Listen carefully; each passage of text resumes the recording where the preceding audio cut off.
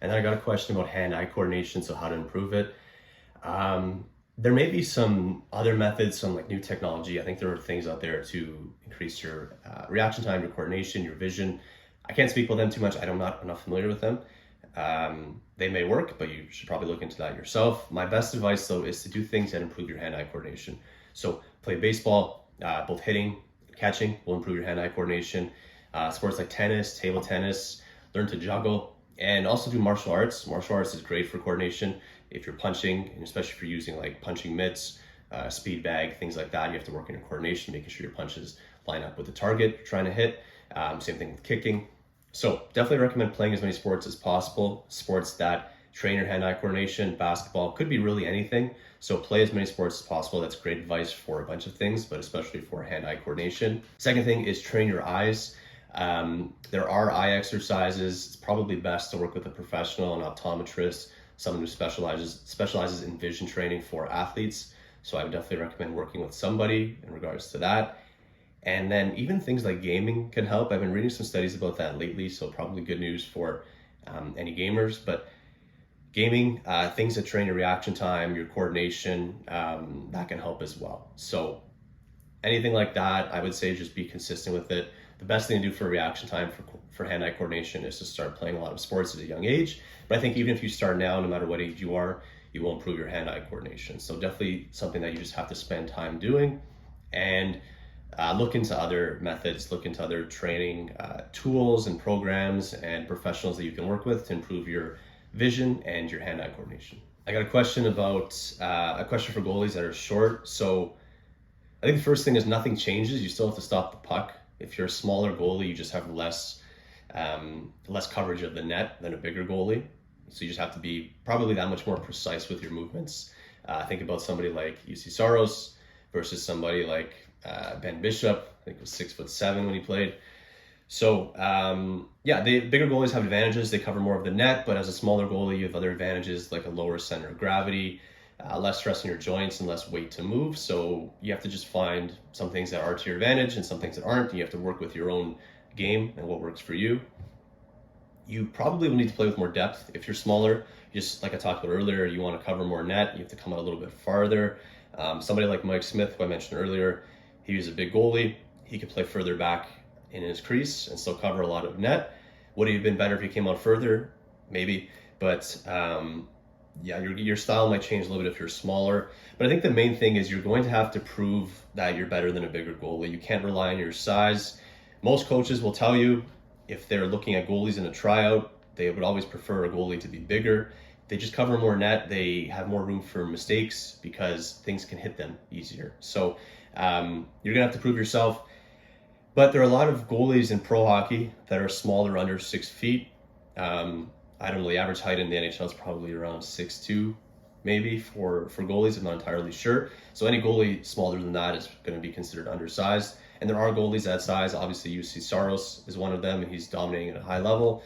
Dustin Wolf is in the AHL. I think he's 6 foot. So you don't have to be huge to be a good goalie, especially in college and junior and other pro leagues. Are goalies that are a little bit smaller and that are having success. So you can use them to motivate you and inspire you.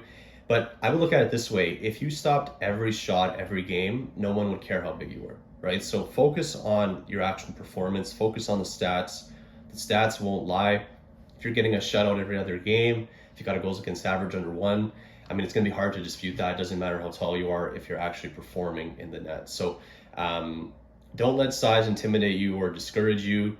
Be aware of the realities of it, that it may be harder to make a team after a few tryout skates. But nothing changes. You have to be a good goalie. You have to stop the puck, whether you're big or small. Then I got a question about my favorite leg workouts. So to answer this, I'll say I split up leg training into a few different things. So there's obviously strength, which is just about producing force. So what we look at back squats, deadlifts, variations like that. Front squats work well, but they also work well. I don't do them that much myself. But squat and deadlift variations, things like that for strength, trying to get stronger in a lower rep range, probably around 5 reps or so. You can maybe add a few reps, maybe go down to only 3 reps. I'm not going to get into that too much right now, but there's that strength. Then there's explosiveness, so how quickly you produce that force. So things like plyometrics, but then also just jumping variations, sprinting, being able to produce force quickly. Olympic lifts are good for that too, but they're a little bit more technical, so I wouldn't spend too much time on them when you can just jump and sprint and do other explosive activities. Then there's leg workouts that revolve around conditioning, so like long distance, going for long runs, but then also endurance in the leg muscles with things that are really fatiguing for the legs, but not so much for your cardio. Repeat squat jumps, for example, they really train your legs to deal with that, with the endurance that you need as a goalie. So there's that type of leg training. And then the last thing I include is coordination. So coordination between the different muscles, different areas of your legs. So your foot, your calf, your hamstring, your glutes, your quads. How do all these things work together? And the more coordinated you are, I think the better you'll perform, the less likely you are to be injured. So there's that type of training as well. My sample leg day, if I'm trying to put everything in together, I'll start with some plyometrics. So you want to do the things that challenge your nervous system the most. You want to do them early. So the plyometrics get me ready to lift heavy. So then I go into the strength exercise. So plyometrics, maybe a back squat or a deadlift. Then I'm going to work on maybe some single leg stuff. So that's strength, but it's also the balance, I think, as well. It's good to reduce imbalances between the legs. So that's something you can do. But after that, I'll do some coordination stuff. So like I talked about with coordination between the muscles. So some of the stuff I learned from David Gray's programs and some other trainers, foam roller bridges, things that get your calf working with your hamstring, for example. There are a ton of different exercises like that. And then I'll finish off with conditioning. So maybe a run, maybe some higher intensity endurance stuff for the legs, wall sit, squat jumps, things like that. I have a lot of ideas for this in my program, in the Goalie Strength Training book. It's available if you click on the link in our Instagram bio. And that kind of goes into how you can set up a leg workout for various goals, but that's kind of how I think about leg workouts and how I like to train them. And then I got a couple questions about dealing with an injury. So these questions were about foot injuries and groin injuries. So my advice for injuries is always work with a professional. I am not a rehab specialist. I'm not legally qualified to give you advice on healing from an injury. So work with a doctor, work with a physiotherapist, get the all clear from them before you start training. I'll tell you about my mentality with injuries. If I had a lower body injury, and I've had this in the past where I can't work out lower body, what I'll do is then I'll focus on things that I can train, right? So if I hurt my foot, well, then I'm going to really work on my upper body while the foot heals. I'm going to work on my core. So this is a mindset thing too. Instead of thinking about what you can't do, get excited about what you can do. Think about, okay, I can't train legs for a month, but I'm going to really work on my upper body strength. I'm going to really work on coordination and more mobility of my upper body. I'm going to work on my core strength and explosiveness.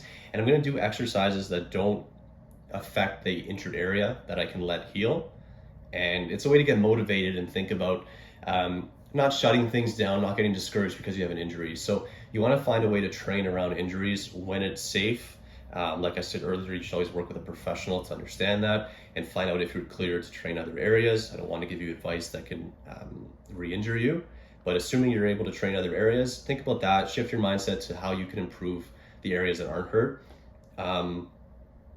Yeah, I think mindset's really important. I can't tell you how to rehab an injury, but I've dealt with them, and it can be frustrating at first, but really shift your mindset to a positive one rather than dwelling on the things that you can't do. So that's it for today. I hope you like this type of video. Please comment if you liked it, let me know.